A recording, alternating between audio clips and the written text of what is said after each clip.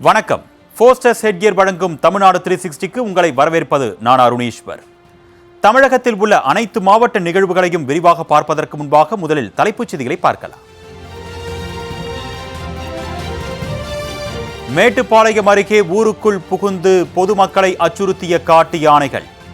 வனத்துறை அதிகாரிகளையும் காட்டு யானைகள் விரட்டியதால் பதற்றம்.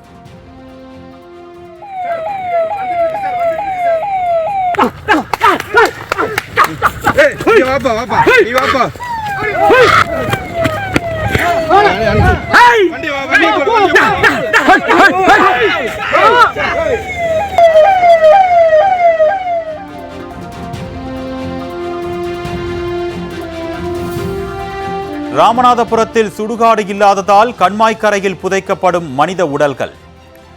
இறந்தவர்களை வேதனையுடன் கண்மாயில் தூக்கி சென்ற உறவினர்கள்.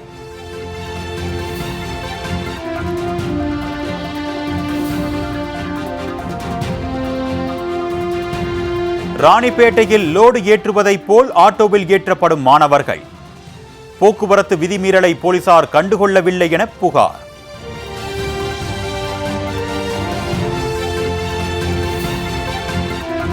திருவண்ணாமலையில் ஒரு மாதத்திற்கு மேலாக வடியாத மழை நீர். குடியிருப்பு வாசிகளின் இயல்பு வாழ்க்கை பாதிப்பு.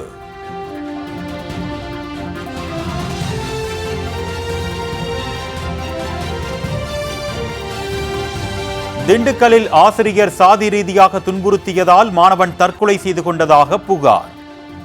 தனது மகனுக்கு நேர்ந்த கொடூரம் வேறு யாருக்கும் வரக்கூடாது என்று மாணவனின் தாய் கதறல். வரையில ஒரு அடி அடிக்கிறதாங்க சார், சரவண பெருமாள் போகல ஒரு அடி அடிக்கிறதுங்களாம்மா. எல்லா காரில் தெரிஞ்சாத்தாலுங்க சார் நாங்க கேட்ப போய் நாங்க கேட்டாக்க எல்லாம் கேட்டு சொல்றோம், நாங்க எல்லாம் பண்றோம்மா, நீங்க அது இது நினைக்காதீங்க அப்படி எங்களுக்கு பாலிசா பேசி அனுப்பிவிட்டாங்க சார். நாங்க சரி நம்ம பையனுக்கு ஏதோ சொல்லுவாங்க, இது நாள் வரைக்கும் எந்த இதுவுமே சொல்லவே இல்லைங்க. என் பையனை வரையில ஒரு அடி போகல ஒரு பிள்ளைங்க கிளாஸ் பிள்ளை 2 கிளாஸ் பிள்ளைங்க உட்காந்துருக்காங்களோ அவங்க முன்னாடி சட்டை.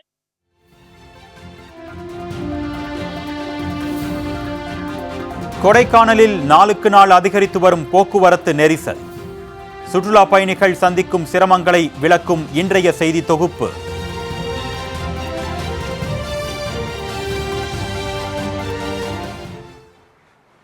இனி விரிவான செய்திகளை பார்க்கலாம்.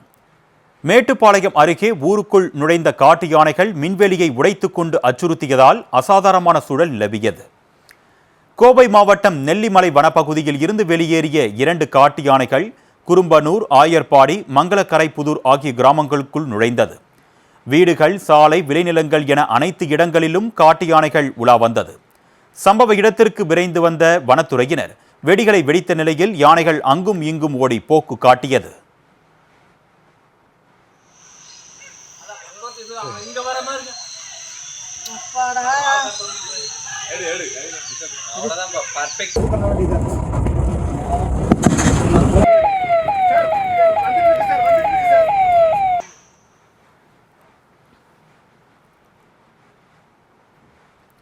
யானைகளின் நடமாட்டத்தால் குறும்பனூர் உள்ளிட்ட கிராம மக்கள் பாதுகாப்பாக இருக்குமாறு வனத்துறையினர் ஒலிபெருக்கி மூலம் எச்சரிக்கை செய்தனர்.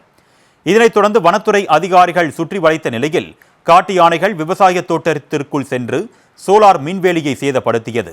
அப்பொழுது வனத்துறை அதிகாரியை விரட்ட முயன்ற காட்டு யானைகள் ஒரு வழியாக வனப்பகுதிக்குள் சென்றது.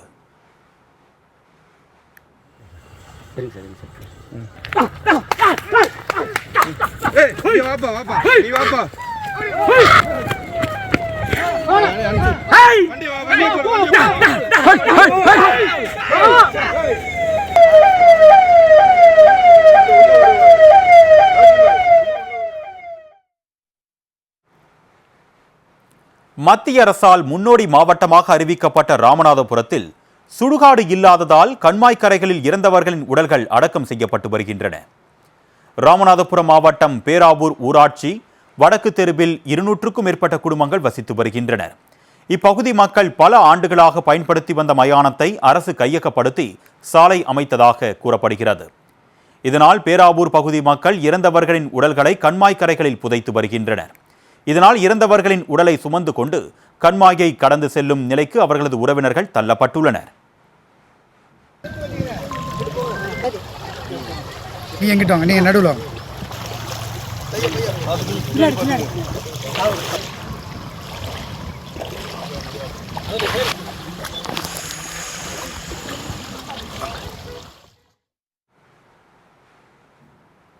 முழு வசதிகளுடன் கூடிய மின்மயானம் அமைத்து தருமாறு மாவட்ட ஆட்சியரிடம் பல முறை மனு கொடுத்தும் எதுவும் மாறவில்லை என்று வடக்கு தெரு மக்கள் வேதனை தெரிவிக்கின்றனர். எதிர்காலத்திலும் இதே அவலம் தொடராமல் இருக்க மயானம் மற்றும் மயானத்திற்கான பாதை அமைத்து தருமாறு தமிழக அரசுக்கு அவர்கள் கோரிக்கை வைத்துள்ளனர். நான் இந்த சிறுவாட்டு மைதானம் கேட்டு பல கலெக்டர் 4 கலெக்டரையும் கொடுத்தோன்னா மாறிடுறாங்க. டக்குன்னு அடுத்த கலெக்டர் மாறிடுறாங்க. இப்பவும் கொண்டு இப்போ 1 வாரத்துக்கு முன்னையும் கொடுத்துருக்கோம். இது வரைக்கும் பெரிய ஆற்றுல தண்ணி வந்து இடுப்புக்கு மேலே போகுது. போன உடனே திருப்பி கரையில் தான் விதைக்க வேண்டியதாக இருக்குது. கரையை தோண்டி விதைக்கலாம். இல்லை தண்ணி இறச்சி ஊற்றி தான் விதைக்க வேண்டியதாக இருக்குது. இதை தமிழக முதலமைச்சருக்கு ஒரு கட்சி சார்பாகவும் கேட்டுக்கொள்கிறேன். ராணிப்பேட்டையில் ஓட்டுநர்கள் லோடு ஏற்றுவதைப் போல மாணவ மாணவிகளை ஆட்டோவில் ஏற்றி செல்வதால் விபத்துகள் ஏற்படும் அபாயம் உருவாகியுள்ளது. ராணிப்பேட்டையில் ஆயிரக்கணக்கான மாணவ மாணவிகள் ஆட்டோ மூலம் பள்ளி கல்லூரிகளுக்கு சென்று வருகின்றனர். பள்ளி மற்றும் கல்லூரிகளுக்கு என சிறப்பு ஆட்டோக்கள் இயக்கப்படுகின்றன. இந்நிலையில் ஓட்டுநர்கள் போக்குவரத்து விதிகளை மீறி அதிக மாணவர்களை ஆட்டோவில் ஏற்றி வருகின்றனர். ஆட்டோவின் முன்பகுதியில் 10க்கும் மேற்பட்ட மாணவிகளும் பின்பகுதியில் 3க்கும் மேற்பட்ட மாணவிகளும் அமர்ந்து ஆபத்தான முறையில் பயணம் செய்து வருகின்றனர்.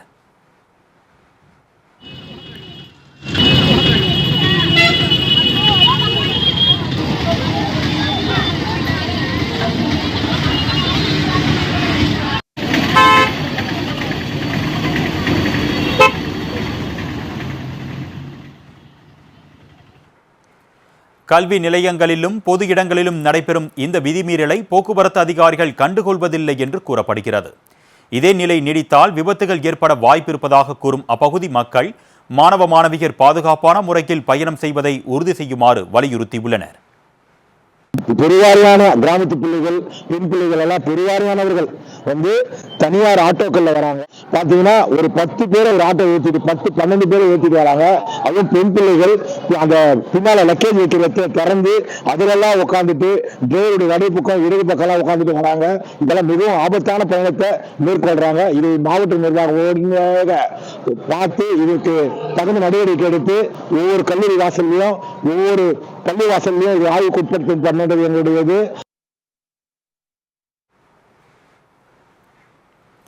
குடியிருப்புகளை சூழ்ந்த மழைநீர் 1 மாதத்திற்கு மேலாக அகற்றப்படாததால் நோய் தொற்று பரவும் அபாயம் உருவாகியிருப்பதாக திருவண்ணாமலை மக்கள் குற்றம் சாட்டியுள்ளனர். திருவண்ணாமலை மாவட்டம் நொச்சிமலை கிராமத்தில் உள்ள கஜலட்சுமி நகர், சொர்ணபூமி நகர், லட்சுமி நகர் உள்ளிட்ட இடங்களில் நூற்றுக்கணக்கான குடும்பங்கள் வசித்து வருகின்றன. பெஞ்சல் புயலின் போது பெய்த கனமழையால் அப்பகுதிகளை மழைநீர் சூழ்ந்தது. மழை நின்று 1 மாதமாகியும் நொச்சிமலை கிராமத்தில் தேங்கிய மழைநீர் வடியவில்லை.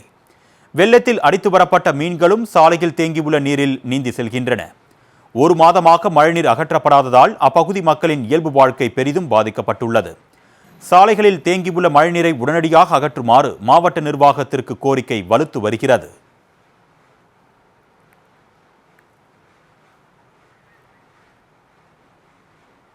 ஆசிரியர் துன்புறுத்தியதால் 10ஆம் வகுப்பு மாணவன் தற்கொலை செய்து கொண்டதாக கூறப்படும் நிலையில் தனது மகனுக்கு நேர்ந்த கொடூரம் வேறு யாருக்கும் நடக்கக்கூடாது என்று மாணவனின் தாய் கண்ணீர் மல்க தெரிவித்துள்ளார்.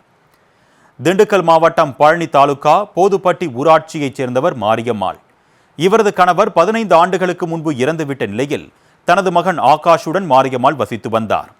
இந்நிலையில் நெய்க்காரப்பட்டியில் உள்ள தனியார் பள்ளியில் 10ஆம் வகுப்பு படித்து வந்த ஆகாஷை அவரது கணித ஆசிரியர் சரவண பெருமாள் சாதி ரீதியாக திட்டியதாக கூறப்படுகிறது. மாணவிகளின் முன்பு சட்டையை கழற்ற சொல்லி ஆசிரியர் ஆகாஷை அவமானப்படுத்தியதாகவும் சொல்லப்படுகிறது. இதனால் மனமுடைந்து போன அந்த மாணவன் கடந்த மாதம் தூக்கிட்டு தற்கொலை செய்து கொண்டார். இந்நிலையில் மாணவனின் மரணத்திற்கு நீதி கேட்டு அவரது தாய் மாவட்ட ஆட்சியர் அலுவலகத்தில் ஆர்ப்பாட்டத்தில் ஈடுபட்டார். காவல்துறையில் புகார் அளித்தும் ஆசிரியர் சரவண பெருமாள் மீது எந்த நடவடிக்கையும் எடுக்கப்படவில்லை என்று அவர் குற்றம் சாட்டினார். ஸ்கூல்ல என்ன வரையில ஒரு அடி அடிக்கிறதாங்க சார் சரவண பெருமாள், போகையில ஒரு அடி அடிக்கிறதுங்களாம்மா. எல்லா காரில் தெரிஞ்சாத்தாலுங்க சார் நாங்க கேட்ப போய் நாங்க கேட்டாக்க எல்லாம் கேட்டு சொல்றோம், நாங்க எல்லாம் பண்றோம்மா, நீங்க அது இதுன்னு நினைக்காதீங்க அப்படி எங்களுக்கு பாலிசா பேசி அனுப்பிவிட்டாங்க சார். நாங்க சரி நம்ம பையனுக்கு ஏதோ சொல்லுவாங்க, இது நாள் வரைக்கும் எந்த இதுவுமே சொல்லவே இல்லைங்க. என் பையனை வரையில ஒரு அடி, போகல ஒரு பிள்ளைங்க கிளாஸ் பிள்ளை 2 கிளாஸ் பிள்ளைங்க உட்கார்ந்துருக்காங்களோ அவங்க முன்னாடி சட்டை. திருச்செந்தூர் ஆஞ்சநேயர் கோவிலில் இளநீரை தலையில் உடைத்தும் வாயால் உரித்தும் பக்தர்கள் நேர்த்திக்கடன் செலுத்தினர். ஆஞ்சநேயர் அவதரித்த தினமான அனுமன் ஜெயந்தி விழா நேற்று கோலாகலமாக கொண்டாடப்பட்டது.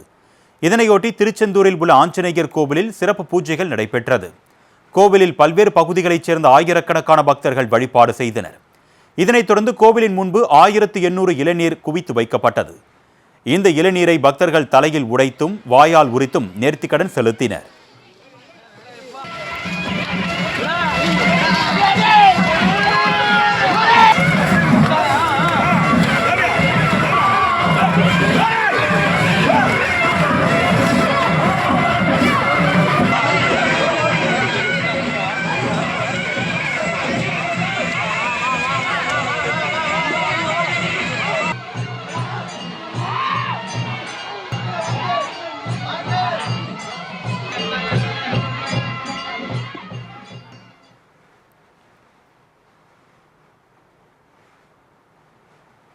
மதுரையில் சாலை அமைத்து தரக்கோரி மனு அளித்தால் அதிகாரிகள் ஜல்லிக்கற்களை மட்டுமே கொண்டு வந்து கொட்டி சென்றதாக புகார் எழுந்துள்ளது. மதுரை மாவட்டம் திருப்பரங்குன்றம் சட்டமன்ற தொகுதிக்குட்பட்ட விவேகானந்தர் காலனியில் 500க்கும் மேற்பட்டோர் வசித்து வருகின்றனர். விவேகானந்தர் காலனியில் தார் சாலை அமைத்து தருமாறு அப்பகுதி மக்கள் மாவட்ட நிர்வாகத்திடம் பல முறை முறையிட்டனர். இதனைத் தொடர்ந்து சாலை அமைக்கும் பணி தொடங்கியது. ஜல்லிக்கற்கள் மட்டுமே கொட்டப்பட்ட நிலையில் சாலை அமைக்கும் பணி பாதியில் கைவிடப்பட்டதாக சொல்லப்படுகிறது. இதனால் சாலையில் நடந்து செல்வோரும் வாகனங்களில் செல்வோரும் மிகுந்த சிரமத்திற்கு உள்ளாகியுள்ளனர். சாலை பிரச்சினை குறித்து கேட்டால் அதிகாரிகள் முறையாக பதிலளிப்பதில்லை என்று அப்பகுதி மக்கள் வேதனை தெரிவிக்கின்றனர். இது மதுரை மாநகராட்சிக்கு உட்பட்ட 91ஆம் வார்டு மண்டலம் 5க்கு உட்பட்ட ஏரியா. இதை ரோடு போடுறேன்னு போட்டாங்க. நாங்கள் மனு கொடுத்ததில் சல்லியை மட்டும் போட்டு போயிட்டாங்க, தார் போடலை. கேட்டால் இதுதான் ரோடு அப்படின்ட்டாங்க. அல்ல வருது, ஜல்லி பூரா அல்ல வருது, இதுதான் ரோடுன்ட்டு போயிட்டாங்க. அதிகாரிகள்கிட்ட கேட்டோம். ஏஐ மட்டும் வந்தார், மண்டலம் 5 ஏசி இன்னும் மேடம் வரல. அவங்க பார்த்து இதுதான் ரோடா இல்லையா, இதுக்கு தார் போடுவீங்களா இல்லையா, எங்களுக்கு தீர்வு காணணும். பொதுமக்கள் நடக்க முடியல, காலில் குத்துது, அவங்க போக முடியல, குழந்தைகள் போக முடியல, காலில் குத்துது. மழை பெஞ்சா எல்லாமே எந்திரிச்சு நிற்கிது, மண்ணு பூரா கரைஞ்சி வாய்க்காலில் போகுது. வாய்க்கால் தூர்வாரி 3 வருஷம் ஆச்சு இந்த ஏரியாவில். இதை எங்களுக்கு தார் சாலை அமைச்சு தரணும், அதான் எங்கள் கோரிக்கை. நாகப்பட்டினத்தில் கனமழையால் பாதிக்கப்பட்ட சம்பா பயிர்களுக்கு இழப்பீடு வழங்குமாறு வேளாண் துறைக்கு விவசாயிகள் கோரிக்கை வைத்துள்ளனர். கீழ்வேலூர் ஒன்றியத்திற்குட்பட்ட பட்டமங்கலம், சொட்டல்வனம், சிக்கல், ஆழியூர், கோகூர் உள்ளிட்ட கிராமங்களில் சுமார் 1000 ஏக்கர் பரப்பளவில் சம்பா பயிர்கள் சாகுபடி செய்யப்பட்டு வருகிறது. இந்நிலையில் கீழ்வேலூர் மற்றும் அதன் சுற்றுவட்டார பகுதிகளில் இரவு நேரத்தில் கனமழை கொட்டி தீர்த்தது. விளைநிலங்களில் மழைநீர் தேங்கியதால் சம்பா நெற்பயிர்கள் ஒட்டுமொத்தமாக வயலில் சாய்ந்தன. மேட்டூர் அணையில் இருந்து தண்ணீர் வராததால் குறுவை சாகுபடி பொய்த்து போன நிலையில் சம்பா சாகுபடியும் கை கொடுக்காதது விவசாயிகளை வேதனையில் ஆழ்த்தியுள்ளது. ஏக்கர் ஒன்றுக்கு 30,000 ரூபாய் வரை இழப்பு ஏற்பட்டிருப்பதாக விவசாயிகள் வேதனை தெரிவித்துள்ளனர்.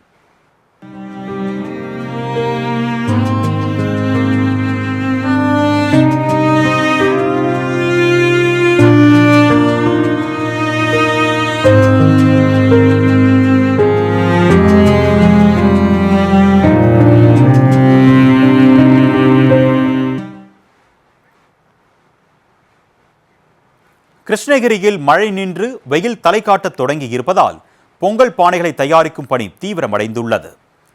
தமிழர் திருநாளான பொங்கல் பண்டிகை அடுத்த மாதம் 14ஆம் தேதி கோலாகலமாக கொண்டாடப்பட உள்ளது. இதனையொட்டி தமிழகத்தின் பல்வேறு பகுதிகளில் மண்பானைகளை தயாரிக்கும் பணி தீவிரமடைந்துள்ளது. கிருஷ்ணகிரி மாவட்டம் போச்சம்பள்ளி, மங்களப்பட்டி, சென்றாயம்பட்டி உள்ளிட்ட இடங்களில் 30க்கும் மேற்பட்ட தொழிலாளர்கள் மண்பானை தயாரிக்கும் பணியில் ஈடுபட்டு வருகின்றனர். அண்மையில் பெய்த கனமழையால் நீர்நிலைகள் நிரம்பியதால் தொழிலாளர்கள் மணலை அள்ள முடியாத நிலை ஏற்பட்டுள்ளது. மேலும் போச்சம்பள்ளியில் கடந்த 2 நாட்களாக வெயில் சுட்டெரித்து வருவதால் தொழிலாளர்கள் நம்பிக்கையுடன் பானைகளை தயாரித்து வருகின்றனர்.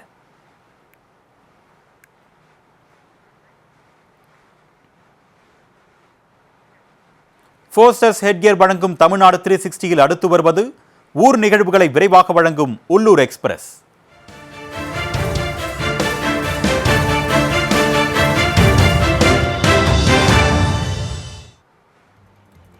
சிதம்பரம் அருகே சிலுவைப்புறம் கிராமத்தை தனி ஊராட்சியாக அறிவிக்க வலியுறுத்தி 200க்கும் மேற்பட்டோர் உண்ணாவிரத போராட்டத்தில் ஈடுபட்டனர். சிலுவைப்புறம் கிராமம் 3 ஊராட்சிகளின் கட்டுப்பாட்டில் அமைந்திருப்பதால் குடிநீர், சாலை போன்ற அடிப்படை வசதிகளை பெறுவதில் சிரமம் ஏற்பட்டிருப்பதாக அவர்கள் வேதனை தெரிவித்தனர்.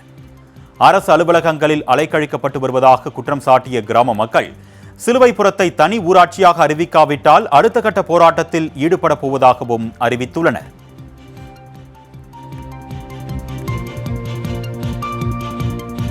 திருவள்ளூர் மாவட்டம் சோழவரம் அருகே பொதுவெளியில் கழிவுநீர் வெளியேற்றப்படுவதால் சுகாதார சீர்கேடு ஏற்படுவதாக புகார் எழுந்துள்ளது. வீடுகள் மற்றும் வணிக நிறுவனங்களில் கழிவுநீரை சேகரிக்கும் லாரி உரிமையாளர்கள் அதனை மீஞ்சூர் வண்டலூர் புறவழி சாலை ஓரத்தில் கொட்டி செல்கின்றனர். கழிவுநீரை முறையாக சுத்திகரிக்காமல் பொதுவெளியில் கொட்டும் லாரிகள் மீது நடவடிக்கை எடுக்குமாறு சமூக ஆர்வலர்கள் கோரிக்கை வைத்துள்ளனர்.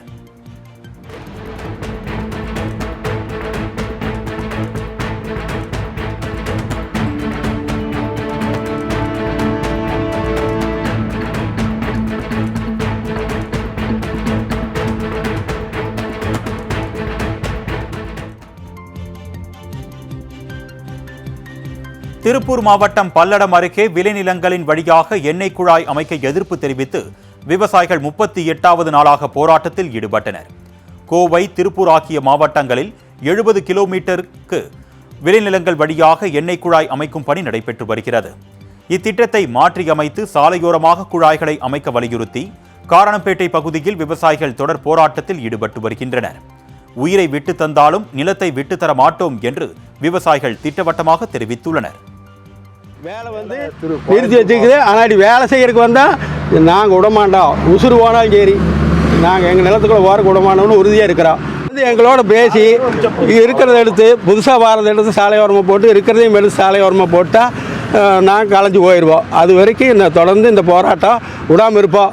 ஒன்று எங்களுக்கு போராட்டத்துக்கு வந்து அரசு வந்து ஏதாவது பேச்சுவார்த்தை சொல்லினா எங்களுக்கு ஒன்றும் கடுமையான போராட்டம் தான் வரும் மொழி. இதிலிருந்து நாங்கள் பெண் வாங்க மாட்டோம். கரூரில் நடைபெற்ற சீதாராமர் கல்யாண உற்சவத்தில் திரளான பக்தர்கள் கலந்து கொண்டு வழிபாடு செய்தனர். பசுபதீஸ்வர ஐயப்ப சேவா சங்கம் சார்பில் கல்யாண உற்சவ விழா நடைபெற்று வருகிறது. இதனையொட்டி சிறப்பு யாகங்களும், சுவாமியின் திருவிதி உலா, குத்துவிளக்கு பூஜை போன்ற நிகழ்ச்சிகள் நடைபெற்றது. இதனைத் தொடர்ந்து ராமர் மற்றும் சீதாதேவி கல்யாண கோலத்தில் எழுந்தருளி பக்தர்களுக்கு காட்சியளித்தனர். மங்கள வாத்தியங்கள் முழங்க திருக்கல்யாணம் நடைபெற்ற நிலையில் பக்தர்களுக்கு கல்யாண விருந்து அளிக்கப்பட்டது.